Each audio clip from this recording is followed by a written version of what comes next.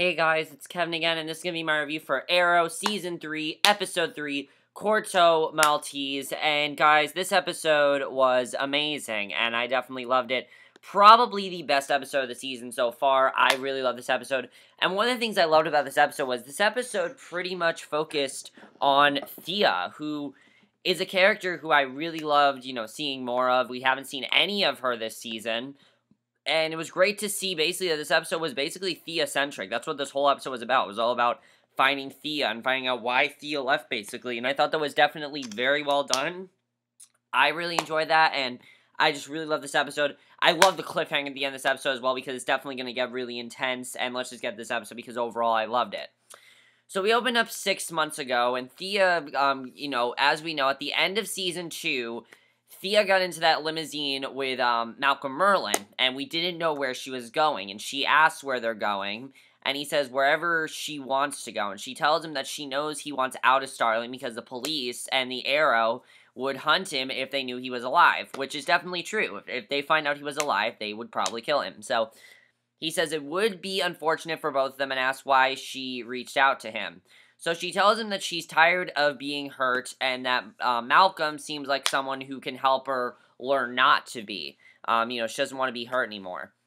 So I thought that was a really great way to start the episode. So we cut to the present day, and Arrow is chasing a suspect through traffic, bouncing off cars and scowling. He catches the man with a bolo arrow and demands to know what he saw the night of Sara's murder. However, the man doesn't know anything. So you can see definitely he is still trying to figure out what's going on there. So back in the Foundry, Felicity is frustrated because it took her so long trying to track the fingerprint. Now, I was very interested in Felicity's plot because, of course, as we know, she's going to be on The Flash next episode. So I was wondering what is going to lead her to going on to The Flash this episode. And basically, Oliver is frustrated that the trail has gone cold. We don't know that it has nothing to do with The Flash at this point, but we do find out in this episode, which I was definitely happy about because it set, hyped me up for the next episode of The Flash. So Felicity has tracked Thea to Corto Maltese. That's where she is. But Roy says that she wasn't supposed to look for her. But Oliver says that was for Roy, not for him. And Roy decides to come anyway, saying that he owes both Oliver and Thea to make things right.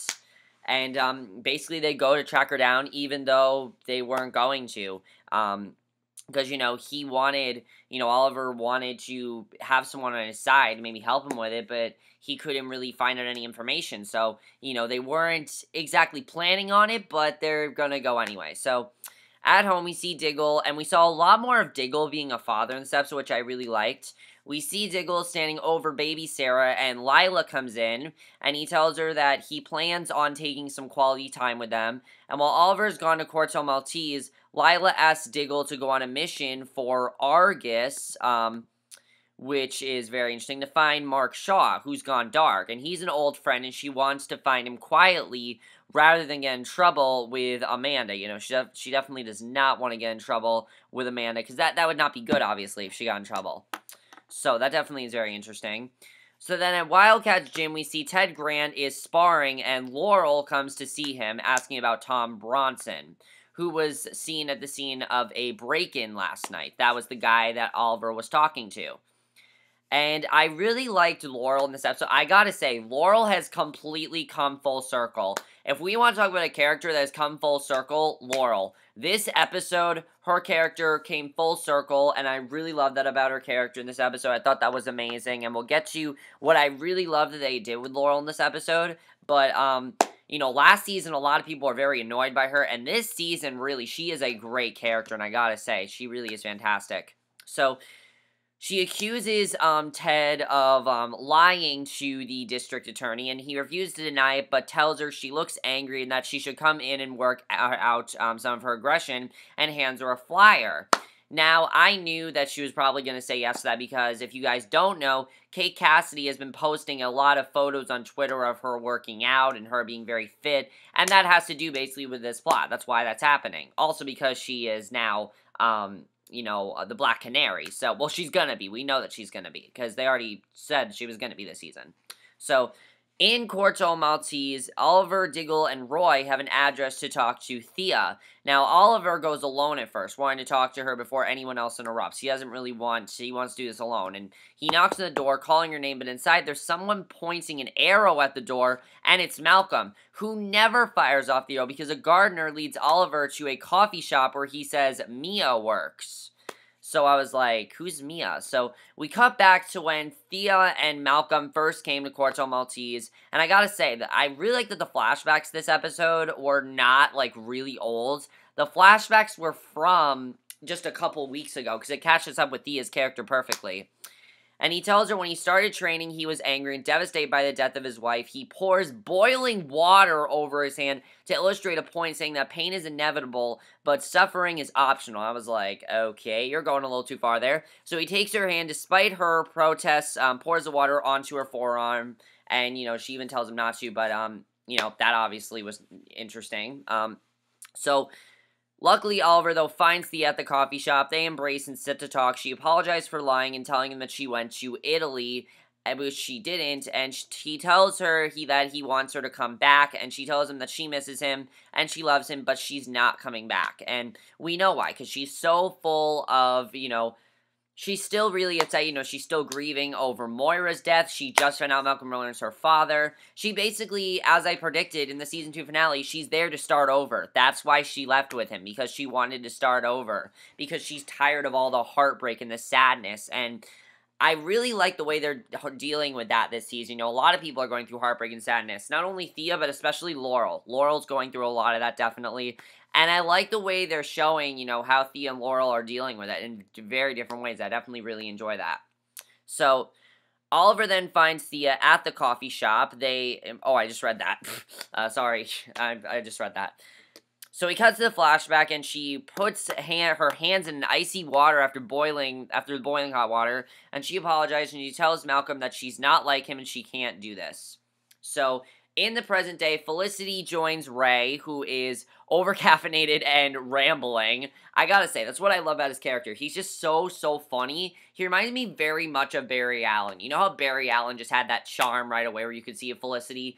Definitely Ray has that charm as well, and you can see definitely why Felicity doesn't really like him, but at the same time, she works really well with him. Felicity works very well with guys who are very funny, and she just works perfectly with them. So, Felicity cuts him off, introducing her executive assistant, Gary Conway, who he asks to get her a coffee, and Ray wants to rebuild Applied Sciences and bring Felicity a data server that got caught in last year's explosion to try and recover the data.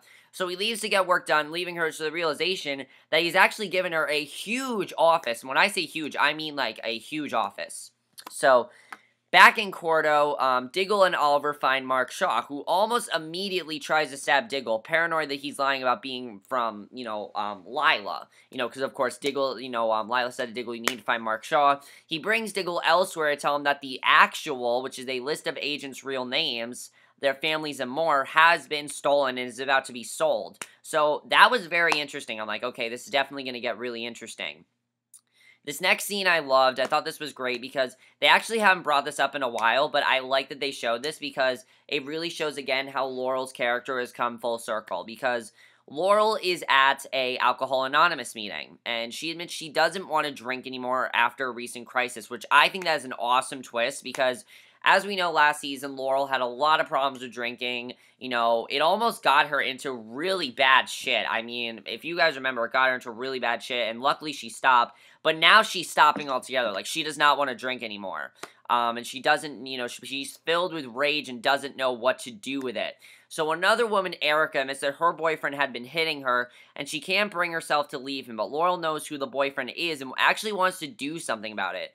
But, Quentin says that he can't because bringing a badge in would scare away people who need help, basically. And that makes sense, definitely, why he doesn't want her to do that, you know. This whole episode, people keep, like, shutting down Laurel, but I really like seeing Laurel wanting to take action because a lot of people last season accused Laurel of being a very weak character and not a character who did a lot. You know, she was kind of a weak character, and that's why people didn't like her. Well, now she's a complete opposite of that, and I definitely really enjoy that, and it really shows how full circle her character has come.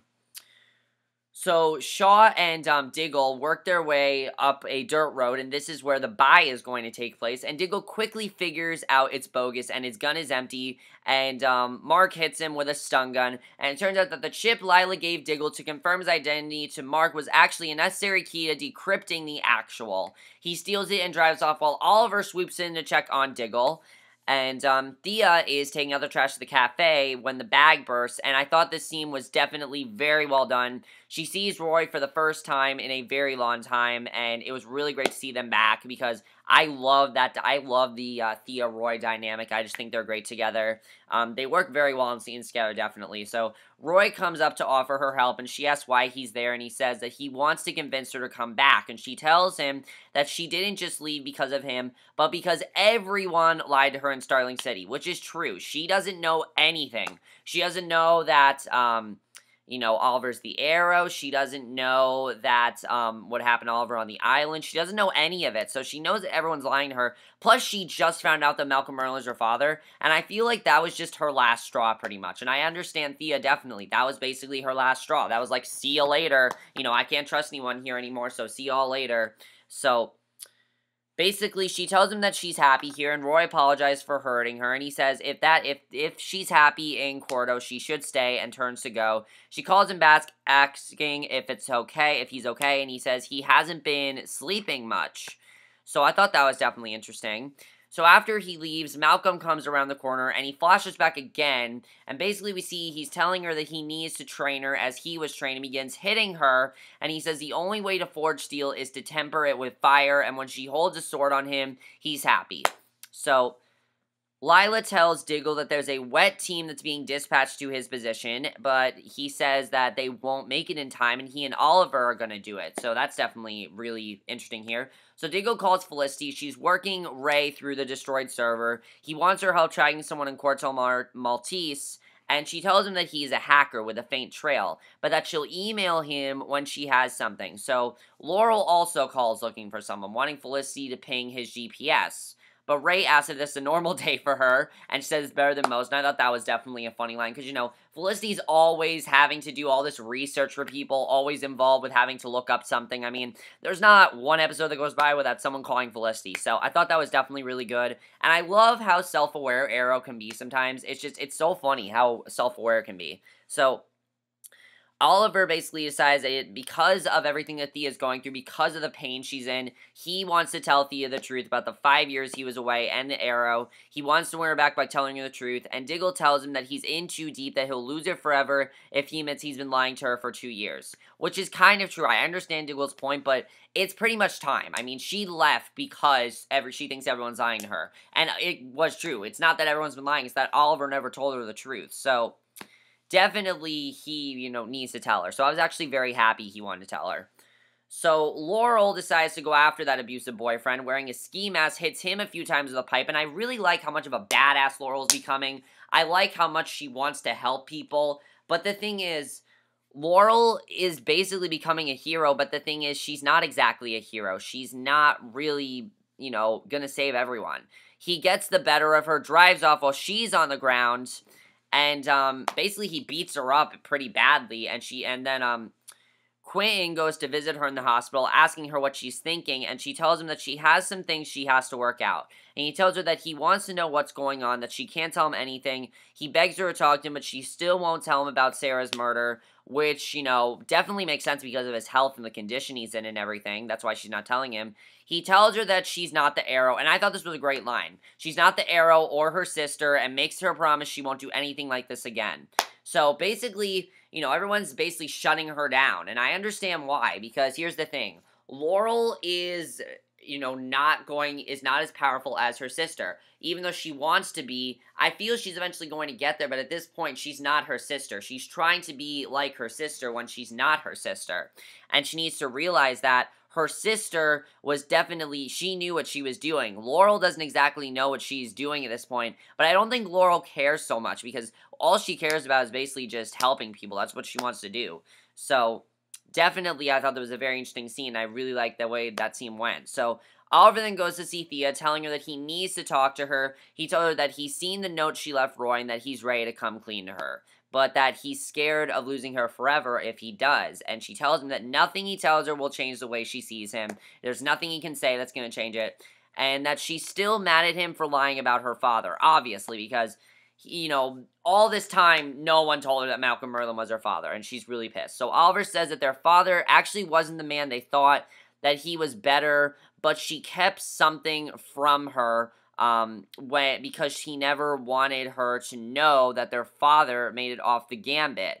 And he tells her that their father killed himself to save Oliver, and he tells her that she needs to realize that their parents sacrificed everything for them and that he needs her. And I thought that was great because basically he just came clean about everything to her. She knows everything pretty much that she needs to know now, and I was really happy that, you know, he told her the truth because she needs to know the truth, definitely. So I thought that was definitely very well done, and I was definitely wondering, you know, is she going to believe this? Because I didn't know if, you know, I think at this point Thea doesn't know what to believe, so I was pretty much thinking, okay, maybe she's not going to believe this, but, so, you know, I'll talk about what happens, but then at Mark's drop point, Oliver, Roy, and Diggle are present, watching the buy go down, and Mark says he was expecting Armitage, but the buyers say that Corto Maltese isn't worthy of Armitage, so they start the buy, and Team Arrow stocks up with homemade bows and arrows Oliver fashioned out of the hotel furniture, and a wet team shows up, but Oliver says it isn't Argus. So pinned between the two groups of gunmen, Oliver and company start firing off arrows and bullets into bad guys. The second group of killers were hired by Mark in case of Argus interference, and Oliver and Diggle shoot down most of the mercenaries after the arrows are gone. So Oliver takes out more as well as some of the buyers and their tires, while Diggle beats on Mark, and finally Oliver recovers the actual. And Mark tells Diggle that this payday was his way out of Argus and that he had no choice because of the way Amanda treats her agents and the people it turns them into. So he asks Diggle to free him by telling Amanda that he put a bullet in him, and Diggle punches Mark out saying, "If only." And I thought that was great, definitely, what he did there. So they have the actual and everything's good there. So basically they defeated the villain of the episode. And, I gotta say, the villain was definitely a strong villain. I definitely really enjoyed that. So Thea tells Malcolm that she does want to go home to Oliver. She's very disappointed, saying maybe she hasn't come as far as he thought, and she tells him she'll prove it, and the two sword fight briefly. He disarms her eventually, but then she slips his sword out of his hand and holds it to his throat. He tells her she can go home, and she starts to leave, and then asks her if he let her win, and he says he'll see her soon. Now, here's what I do like about this. As bad as Malcolm Merlyn is, as bad as a character, you know, as bad as a person as he is, even though he did do some pretty bad shit, he does love Thea. He loves her, and I definitely really enjoyed that. And we saw that, you know, last week. You know, I mean, we saw that last season, that he really does love her, and he does love her like a daughter. So I definitely really enjoyed that. So basically, she leaves, and at the airport, Diggle and Team Arrow are sharing coffee, and Oliver's convinced Thea isn't coming, and he's upset, but then she arrives, and a man spills hot coffee on her hand, and everyone's put off when she doesn't really respond, probably because of the whole water boiling situation. They don't know about that, though, so I'm wondering if she's going to tell him. I don't think it really matters, but Oliver returns to the foundry, and Laurel's waiting for him. She tells him that she wants to do what Sara had done. She wears the jacket and is compelled, and Oliver tells her that he won't train her because he can't imagine what would happen to Quentin if she got hurt. And again, shutting her down. He says Sara would never forgive him if he did. So here's my thinking. I'm thinking that Laurel's just going to train herself, because I don't think Laurel's going to take no for an answer. And honestly, I think Laurel is not going to be like Oliver and not kill someone. No, Laurel is not a pussy anymore. Laurel is going to kill someone if she needs to. Laurel is going to, you know, hurt someone if she needs to. Laurel's going to do whatever she can do to protect her sister, you know, and make, you know, to avenge her sister's death. Now, I would say she's going on a vigilante mission, but it's not exactly that. She just wants to save people. That's what she's doing, and I feel that definitely she's basically going to train herself. So I thought that was definitely really, really good. So back at home, Diggle comes in to see Lila putting the baby down. She has to go into the office, joking that she does whatever Amanda asks, and he tells her to hurry back. And again, I really like the scenes between Diggle and Lila in this episode. Thought that was really good. And at the police station, Erica's boyfriend has been pulled in on his outstanding warrants in Coast City via an anonymous tip. And then Laurel heads to Wildcat's gym, telling Ted she's ready to start training. So basically, yep, she's going to start training, and that confirms that she's going to train herself.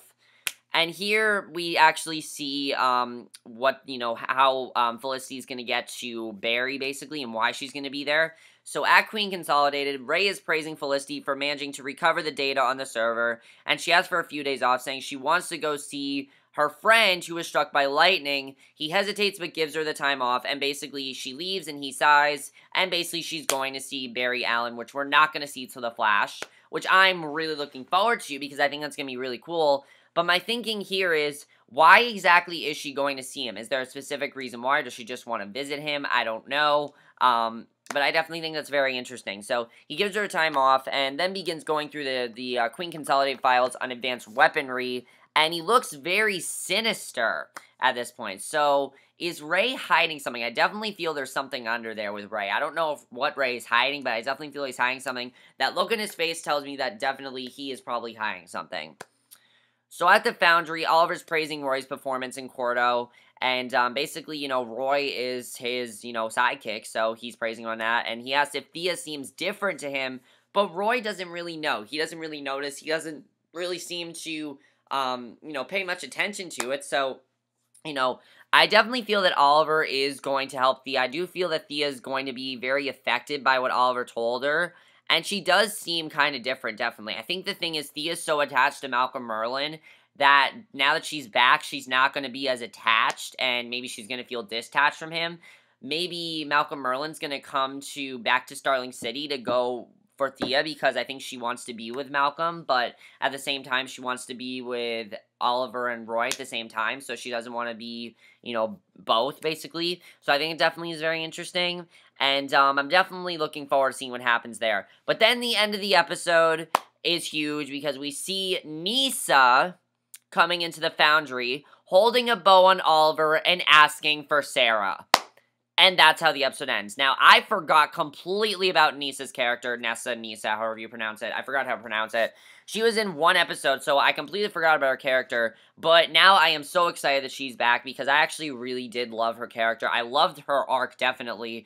And my thinking is that she is definitely going to be very different from Sara. I mean, Sara was basically very flirtatious towards Oliver. She seems like she's going to give Oliver, very direct orders. And they actually showed the promo where it looks like she might actually end up killing someone when Oliver doesn't do that. However, she might. So I think that definitely is interesting. And apparently she's going to be on the show definitely a lot. I definitely feel she's going to become part of Team Arrow. And, she doesn't know what happened to Sara. She doesn't know that Sara died, and it's going to be very sad when Oliver has to tell her that. I definitely feel, I don't think he's going to tell, I don't know if he's going to tell in the next episode or the episode before that, I don't know. I really hope she's not just on for one episode, because I'm really happy that she's back. I think she's a great character. I loved her arc last year, and I'm very, very excited to see what they decide to do with her. My other thing I'm going to talk about, of course, is Laurel. I love seeing that Laurel is trying to be like a hero and trying to save everyone. And again, she really has come full circle. She doesn't want to drink anymore. She doesn't want to, no more bullshit, basically. She's in no more bullshit mode. She's not drinking anymore. She's not going to, basically she is going to be a hero. She's going to help people, and whether people want her to or not, she's going to do it. So I'm definitely really like that, and I think that definitely is very interesting. Also, do you feel that Ray is hiding something? That look on his face tells me he is. I don't know what it is, but there's something under there that I really feel he's hiding something. Since the first episode, I've kind of felt that. I don't know. He seems like a nice guy, but he gave a very sinister look, so I don't know what's going on there, definitely. I think maybe he's going against Oliver. I don't know. Maybe he was the one who killed Sara. I'm just spitballing here. It sort of makes sense. I mean, if you think about it, maybe he looks sinister. He went through advanced weaponry. Maybe he killed Sara. I don't know. I'm not going to say who I think, I'm not going to confirm anything, but I'm saying it is definitely a possibility that he could be the one that killed Sara. As far as, I guess the only other thing to talk about is Thea. Definitely, there's some stuff going on with Thea. I really like seeing the Thea flashback in this episode. It shows how close her and Malcolm have gone. Now that they're split apart, I definitely feel she's going to be very affected by this. And I feel that maybe something's going to happen where Malcolm comes back and then Oliver realizes he's back. But I really hope if Oliver does realize he comes back, he's not going to try to kill him. But of course, because Oliver hasn't killed anyone. My other thing is, I really feel that Nyssa is going to convince Oliver to kill someone because he hasn't done it since season 1. He kept that promise throughout the, for a season and 3 episodes now. He's kept that promise for a season 3 episodes. So definitely I feel that all promises are meant, he's going to break that promise, definitely. He's going to, because you can't just keep having this storyline where he doesn't kill anyone. I definitely feel that Nyssa is going to get him to kill someone. I don't know who it's going to be, but I guess we'll just have to see. But overall, guys, I love this episode. By far best episode of the season. It was actually a very different type of episode. I gotta say, the cinematography in this episode, probably the best cinematography I've seen on Arrow. Like, Corto Maltese looked like a beautiful place. And it was very different in the sense that it focused more on Thea. There wasn't a whole lot of action going on this episode, which I actually really liked because it was definitely more of a dialogue-driven episode. I definitely really enjoyed that. Let me know what you guys saw this episode, and I will see you guys in my next video, which will be my review for tonight's episode of American Horror Story Freak Show, which I personally cannot wait for, because I'm always waiting. You know, that's like my #1 show right now, so I'll see you guys for that. Okay, bye.